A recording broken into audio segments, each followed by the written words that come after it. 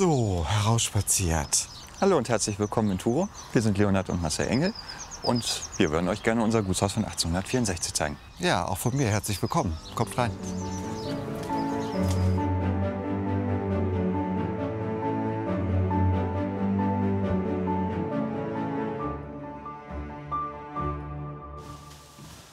Hier sind wir in der Bibliothek. Ein Raum, der vor längerer Zeit ganz anders ausschaute.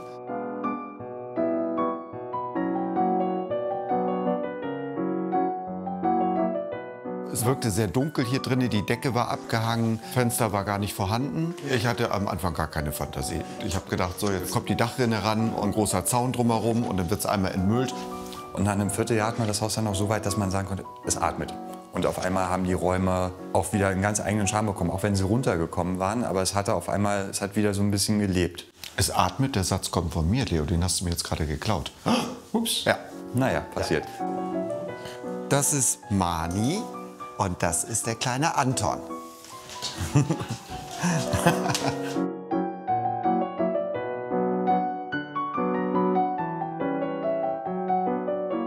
Ursprünglich war es das Esszimmer des Hauses, deswegen ist es auch wieder in dem originalen dunkelrot gestrichen. Wir haben noch Reste von Tapeten gefunden und gesagt, okay, wir stellen den Raum wieder her. Haben uns dann in anderen Schlössern aus der Zeit dann Motive gesucht, die genau in diesen neogotischen Touch reinpassen und haben dann die Wandstrukturen dann so aufgebaut, dass es hier stimmig drin ist.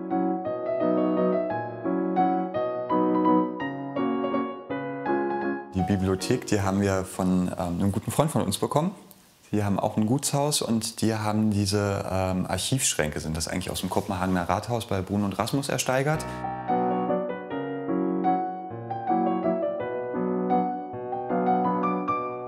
Diese Bücher wurden in Auftrag gegeben als Festschrift von Versailles. Die wurden dann Bekannte, Freunde der Königsfamilie dann geschickt.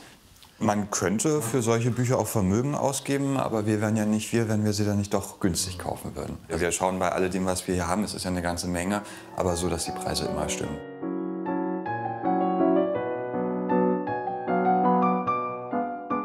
Fallersleben, der war hier früher auch im Haus.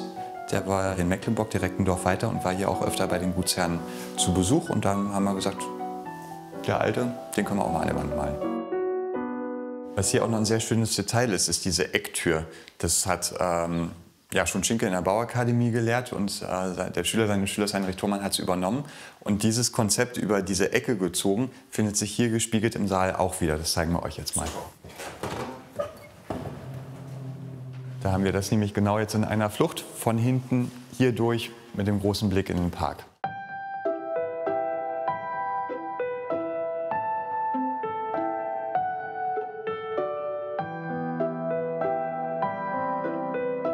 Die großen Fenster, es macht hier sehr viel Hall. Wir haben außer die kleinen Stühle ja auch nichts drin stehen.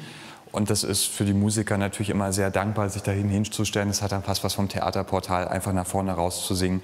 Und es verteilt sich sehr gleichmäßig im Raum. Die großen Fenster waren alle 4 nicht vorhanden. Wir sind tatsächlich, wie man sieht, auch immer noch nicht ganz fertig.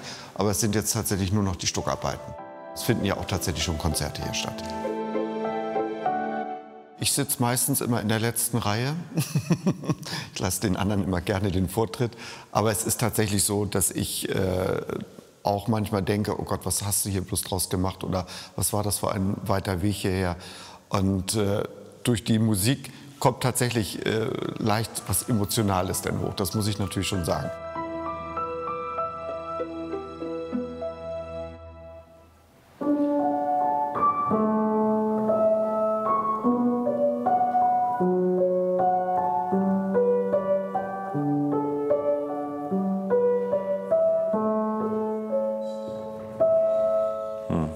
Der muss echt gemacht werden.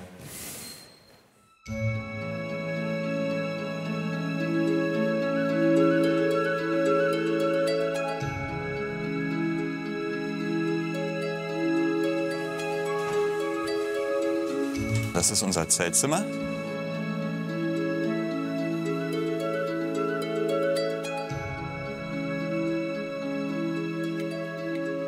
Und ich mache mal die Tür zu, weil draußen ist kalt.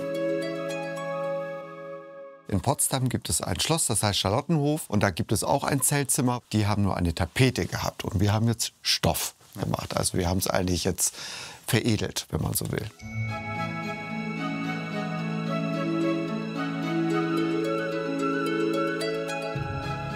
Mir ist es immer ganz wichtig, dass Räume möglichst monochrom sind. Du magst es immer ein bisschen frischer, ich weiß es, da muss dann immer noch mal ein Bruch rein, aber ich mag das eigentlich, dass der ganze Raum in sich stimmig ist in der Farbe, damit eigentlich nichts so wirklich das Auge ablenkt, damit man dann auch einfach, egal wie viel du reinstellst, dann trotzdem zur Ruhe kommen kannst. Und hier steht ja bei uns immer viel rum und darum gucke ich dann immer, dass es dann sehr, sehr zueinander passt. Und Marcel, der macht dann seinen kleinen Twist und packt dann noch mal ein buntes Kissen hin. Um dich zu unterbrechen. Ja. Oder das Konzept zu durchbrechen, sagen wir es mal so. Hier ist dann unsere kleine Tapetentür, die geht dann ins Badezimmer.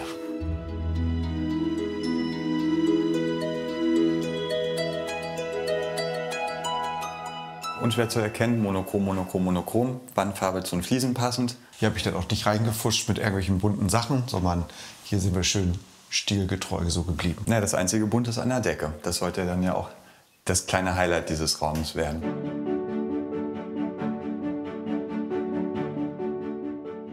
André, der ist ein guter Freund von uns, sehr begnadeter Maler. Und der hat sich bei mir auf jeden Fall sehr beschwert, dass wir die Duschtasse schon einbauen mussten, um mit den Abwasserrohren hinzukommen. Und er dann, glaube ich, hier wirklich sich 2 Leitern hingestellt hat und teilweise dann auf den Leitern sich dann eine Bohle hingepackt hat, um dann drauf zu liegen. Aber es war wohl 3 Wochen recht harte Arbeit. Wenn du solche Projekte möchtest, musst du Handwerker finden, in jeglicher Art, die das einfach auch machen, als ob es ihr eigenes wäre.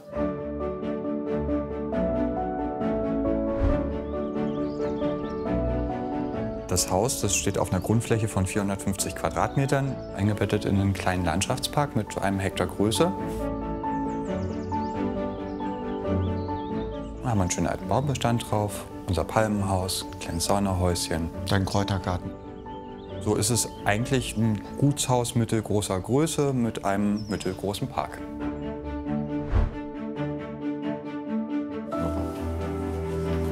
So, hier ist unser Turmzimmer. Das ist eines der beiden Schlafzimmer. Das Hauptaugenmerk sind tatsächlich diese wunderschönen Fenster. Dann wollten wir euch das auch gerne zeigen. Das sind Schulterblattfenster, die muten ja sehr orientalisch an. Das ist in dem auch richtig, dass Jakob I. von England die von den Kreuzzügen als Idee mitgebracht hat und da maurische Fenster dann auch im Mittelalter verbaut worden, also dieser Jacobinien-Style. Und das ist dann später in Deutschland, in der Neogotik, also in den 1860ern in dem Fall, dann aus England hier rüber kopiert worden. Ist aber original eigentlich ein orientalisches Fenster. Die haben wir dann ganz, ganz detailgetreu wieder rekonstruiert. Fast 1:1 wie 1864 eingesetzt. Das ist schon wirklich toll.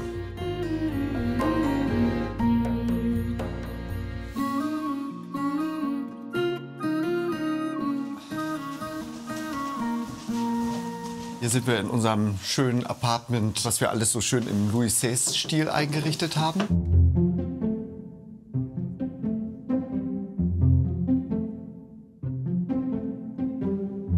Der Stoff, den wir jetzt hier sehen, gibt es auch als Tapete, aber wir haben natürlich die kompliziertere Variante gewählt, nämlich Stoff genommen. Und den haben wir tatsächlich in Colmar in Frankreich durch Zufall erstanden. Der Freund von uns, der Paul, der das Zeltzimmer auch genäht hat, der war dann hier so im Thema drin, dass er gesagt hat, Mensch, wenn er den Stoff hat, dann machen wir doch hier gleich weiter. Na, und dann kam ich dann wieder mit meinen Extrawünschen, noch eine Falte und jede Falte heißt doppelt so viel Stoff. Also hat es am Ende nicht für die Gardinen, sondern wirklich dann nur noch für den Baldachin gereicht und die Gardinen haben wir dann passend dann in Leinen ergänzt.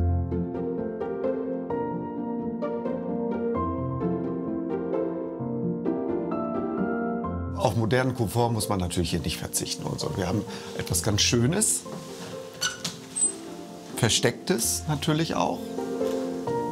So und so.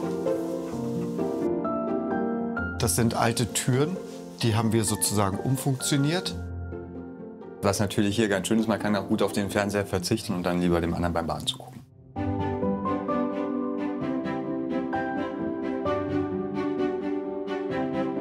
Diese Holzbalken sind sozusagen nur draufgelegt. Wir haben sie ganz dünn geschnitten oder schneiden lassen vielmehr. Und dann haben wir sie sozusagen hier draufgelegt und hat tatsächlich den Effekt, als wenn es wirklich ein Fachwerk wäre.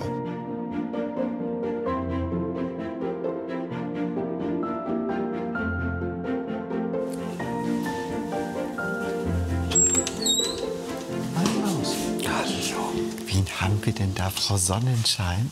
So, das ist ganz unschwer zu erkennen, unsere Küche. Das ist für uns eigentlich so der wichtigste Raum im Haus. Jeder fühlt sich hier am wohlsten.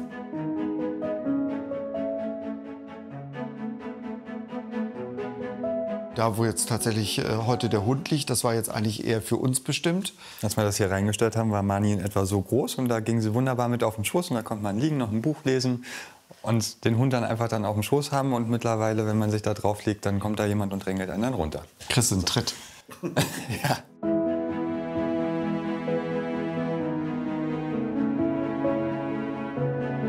Hier oben Kommt das Holz rein, dann fällt hier unten die Asche raus. Hier hast du den Regulator, wie warm oder wie kalt du das haben möchtest. und Das ist dann die Backnische. guck mal, eigentlich habe ich gerade überlegt, beim Aufmachen habe ich gedacht, guck mal, hier kann man auch noch mal wieder was reinstellen. Ja, und ich such's wieder und finde nichts mehr.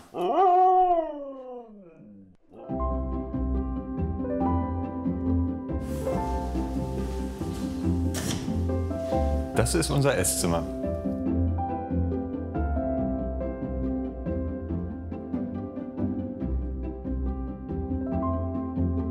Das war früher das Wohnzimmer des Hauses und wir haben es jetzt umfunktioniert. Ne? Das Esszimmer drüben ist ja Bibliothek geworden und nun haben wir hier unseren großen Tisch stehen. Das war, glaube ich, nicht im Zustand das schlechteste Zimmer, aber eins der geschmacklosesten. Es hatte eine bordeauxrote Decke, dazu Kellenputz an der Wand, untenrum war Buntputz gesetzt, also da, wo wir jetzt quasi die Paneele gemalt haben und dann ein ganz furchtbar hässlicher Fliesenboden mit Fußbodenheizung drunter.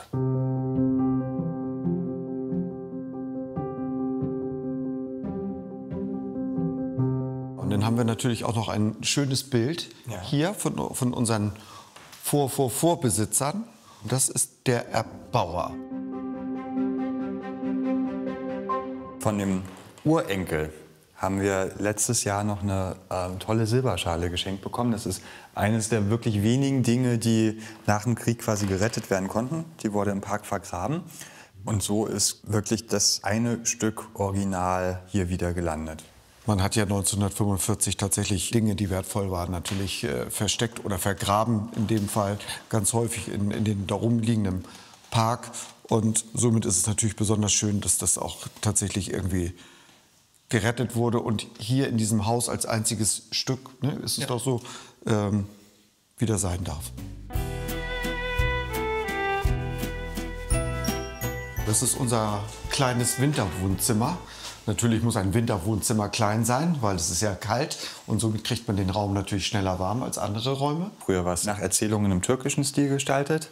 Damit konnten wir aber im ersten Moment noch nicht so viel anfangen und haben gedacht, okay, wenn exotisch, dann machen wir es halt chinesisch. Genau.